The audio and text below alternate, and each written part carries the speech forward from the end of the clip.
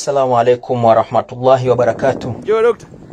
Wapendwa wafuatiliaji wa darsa za Mwalimu Abul Hassan Jumar, karibuni katika ukumbi wenu tukiwa tuelezea matukio ya kiulimwengu ndani ya mwaka huu wa 2025.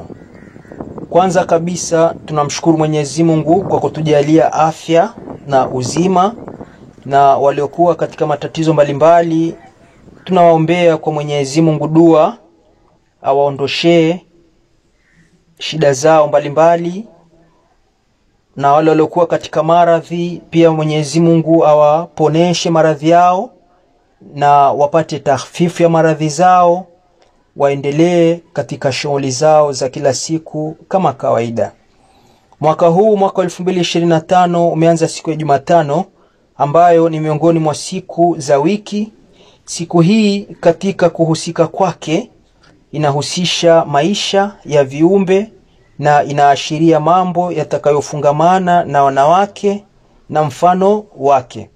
Kwa hiyo faida zinazopatikana zaidi mwaka huu ambao umeanza ni siku hii ya Jumatano kwa mujibu wa kalenda ya jua kwa hesabu za Gregorian ni kwamba furaha zitaongezeka, bashasha, starehe, michezo mbalimbali, uzuri, uwezekano katika mambo kadha wa kadha, na katika mambo ya kuunganisha undugu, yani ndoa, na hata kwenye migogoro mbalimbali, au kupendelewa au kujipamba kwa vitu mbalimbali, iwe vitu hivyo vitahusisha mwili au makazi na kadhalika. Hayo ni katika mambo yatakayojitokeza zaidi. Kufaulu au kutofaulu ndicho kitu nitakachokifafanua zaidi katika mwaka huu wa 2025. Ili watu au jamii ifanikiwe au sifanikiwe, lazima kutahitajika jambo la umakini liwepo na jambo la umakini lisiwepo ili mafanikio yasiwepo. Inawezekana umakini ukawepo lakini akawa yapo mambo kwa nguvu ambazo zitatuzidi, tukajikuta tunapoteza mwelekeo bila kujua, na ikatupelekea kwenye hali ambayo tukajijutia baadaye, au tukajikuta tumeneemeka zaidi au tumeelekea kufika kwenye mafanikio zaidi ambayo kila jamii inayahitaji kwa furaha na kwa shangwe zaidi. Magomvi na migogoro katika mwaka huu 2025 itaongezeka.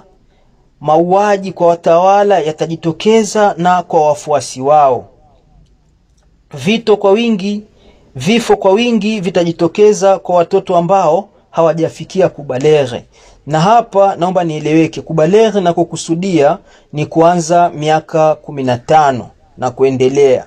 Kwa wale mabinti itakuwa ni kuanzia miaka 10 na kuendelea. Kwa hiyo mwaka huu umejaa vitimbi na ujanja na shida nyingi na maradhi mengi, hali ambayo itahitajika zaidi wataalamu, wanazuoni mbalimbali kueneza maarifa yao na yafanyiwe kazi zaidi ili kuepuka majanga hayo biidhnillah, kwa uwezo wake Mwenyezi Mungu Subhanahu wa Ta'ala. Kwa kuwa nyota inayotawala mwaka huu 2025 inayo nguvu ya asili ya upepo, mambo ambayo yatakayotufikia zaidi ni hivi ifuatavyo. Fitna zitaongezeka katika ulimwengu, wizi wa kila aina kuongezeka.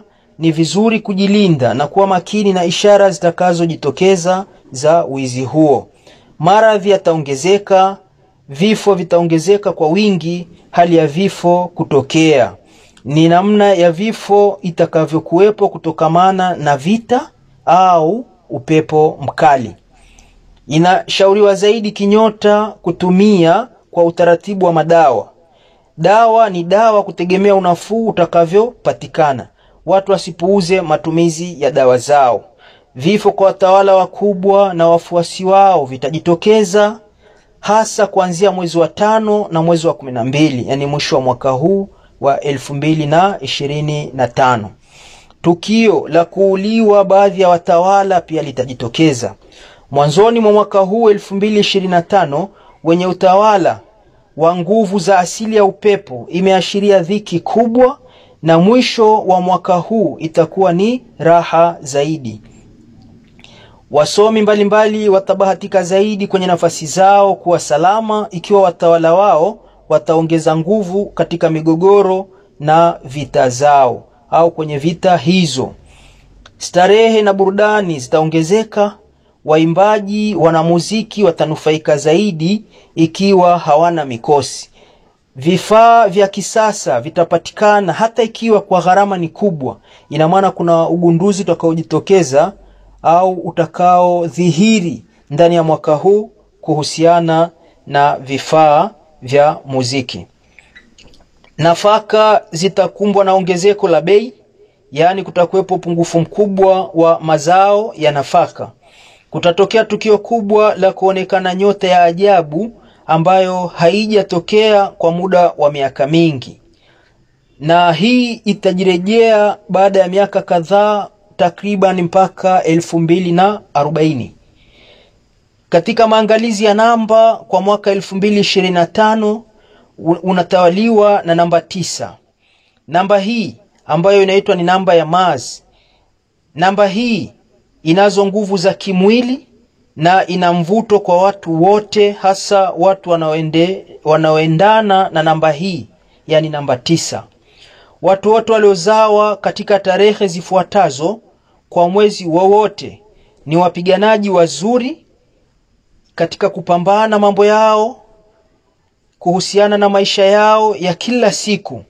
Tarehe zenyewe ni tarehe 9 ya mwezi wowote, tarehe 18 ya mwezi wowote na tarehe 27 ya mwezi wowote. Utaona namba hii, namba 9, imekuwa katika hisabu za kuzidisha namba. Yani namba 9 ukizidisha na namba nyingine, basi namba nyingine itakapopatikana jawabu hilo ambalo litajirejea kuwa namba hiyo hiyo namba 9. Mfano, ukichukua namba 9 ambayo ndo nimeitaja namba ya mwaka huu, ukizidisha mara 2 utakuwa umepata jawabu ni 18. Kwa hiyo utafanya 1 ukijumlisha 8 itakuwa ni namba 9. Kawaida ya namba ya asili yake ni kuwa single digit, namba 1 kuanzia namba 1 mpaka namba 9. Hizi ndio asili za namba. Kwa hiyo inapokuja ikawa compound number au mumtazijatu rakmi, namba ambayo imejichanganya au zimekuwa 2, basi unatakiwa kuirudisha kuwa katika mufrad au kwenye single. Hivyo utachukua namba 1 ukajumlisha na namba 8 itakuwa ni 9. Kadhalika namba nyingine ikiwa utazidisha kwa namba yetu ya mwaka huu ambayo ni namba 9, utaona jawabu linakuwa limerudia kuwa namba 9. Kuonesha ni namba ambayo ina uwezo mkubwa wa kupambana yenyewe. Haitokubali kudhulumika, haitokubali kunyanyasika, haitokubali kutoroka au kuitorosha, haikubali. Pia vile vile kutafuta namba ya bahati kwa mwaka huu, tunatafuta namba nyekundu au pink ambayo ni kahawia. Na hili la kuwa na bahati ni watu wote ambao hawana mikosi mwilini mwao au mabalaa katika mambo yao. Na zaidi walio katika nafasi za juu za kufanikiwa au kung'aa au kupata mvuto ni wale wanao nasibika na namba hii, namba 9. Katika siku za mvuto, kila mtu anayo siku yake au siku zake za bahati, yani namba za kufanikiwa ikiwa hauna mikosi au mabalaa. Lakini walio katika nafasi za juu ni wale waliomo katika namba 9 tu, ambayo inayotawala siku ya Jumanne. Pia siku nyingine za mvuto kwa mwaka huu ni siku ya Alhamis na siku ya Ijumaa. Jiwe la bahati au kito au gems ni haya mawe yenye madini muhimu zaidi ambayo itatusaidia katika miili yetu, kwa kuwa yanatuongezea madini vile vile ilivyo miili yetu inahitaji madini. Na hayo madini tunapokuwa nayo, au hayo mawe yenye madini nitakayoyataja, yatakuwa yanatuongezea nguvu katika miili yetu. Pia madini haya yanatukinga na machafuko ya vitu ambavyo vimekuwa vikituharibia mambo yetu ya kila siku. Nayo mawe hayo ni rubi, na mfano wake, kwa kuwa jina la rubi au mawe ya rubi yapo ya aina nyingi au yana rangi tofauti na vile tulivyozoea rangi ya brown. Na pia jiwe jingine ni jiwe la garnet pamoja na jiwe linaloitwa bloodstone. Mawe haya yanayo madini muhimu ambayo yatamwezesha mvaaji ambaye atafuata utaratibu wa kuvaliwa kwake kupitia utaratibu wa mwenendo wa sayari husika. Na hii lazima tuangalie mzunguko wa jua, kwa sababu jua linapozunguka mwaka mmoja, ambapo tunasema ni siku 30 kwenye nyota 12, maana yake tutapata ni siku 360. Mwaka huu wa 2025 ni mwaka wa mavuno makubwa na mabadiliko makubwa, au ni mwaka wenye mvuto mkubwa kwa watu wote waliozawa miaka hii ifuatavyo. Mwaka 1944, mwaka huu wanatimiza miaka 81. Ni mwaka wao mzuri ikiwa wamepata bahati ya kuingia kwenye mavuno. Nikisema bahati ya kuingia kwenye mavuno, ni kama mkulima anapolima shamba, anamwagilia mazao yake maji, anaweka mbolea mazao yake, akiwa na matumaini kwenye mavuno atavuna vizuri. Kwa hiyo na wote nitakao wataja hapa, na hata wale ambao sikuwataja miaka yao, wajue kila mmoja ana mwaka wake wa kuvuna katika maisha, ima miaka kutegemea na hisabu. Mwaka wa pili waliozaliwa 1962 watakuwa na miaka 63 mwaka huu, na wao pia ni mwaka mzuri wa mavuno. Mwaka wa tatu ni 1980, mwaka huu watakuwa na miaka 45, na mwaka wa 4 watakuwa ni 1988, mwaka huu watakuwa na miaka 27. Hawa watu walikuwa na mwaka ni wa destiny au ni mwaka wa karma. Wanayo nafasi kubwa ya kubadilika katika maisha yao mambo makubwa. Ikiwa hawakupata mafanikio makubwa, manake watapata hasara kubwa ambayo itakuwa imetukia katika maisha yao. Tayib, watu ambao ni maarufu wanaohusika katika namba hii, namba 9, ni hawa wafuatavyo. Wa kwanza ni mfalme au mtawala aliyekuwa anaitwa Friedrich wa 3 wa Ujerumani, aliyezawa tarehe 18 Oktoba 1831. Nyota yake ilikuwa ni Libra na amekufa akiwa na miaka 57. Kwa hiyo utaona tarehe 18 unachukua 1 ukajumlisha 8 ni 9. Inarudi pale pale katika namba yetu ya destiny katika mwaka 2025. Mtu wa pili ambaye ni maarufu anayehusika na namba 9 anaitwa Sir James Barrie. Ni mwandishi wa riwaya Mscottish huyo aliozaliwa tarehe 9 ya Mei mwaka 1860 mpaka 1937. Alifariki akiwa na miaka 77. Nyota yake ni ng'ombe. Mtu wa tatu ambaye ni maarufu kwenye nyota hii ya namba 9, ambayo ni nyota au inatawaliwa na Mars au Merech, anaitwa King Edward wa 7, ambaye alizaliwa tarehe 9 ya Novemba mwaka 1841. Amefariki akiwa na miaka 69 na nyota yake ilikuwa ni Nge. Alikuwa mfalme au mtawala wa UK, Uingereza, na kuwa tena mtawala wa India mwaka 1901 mpaka kifo chake kilipomfika.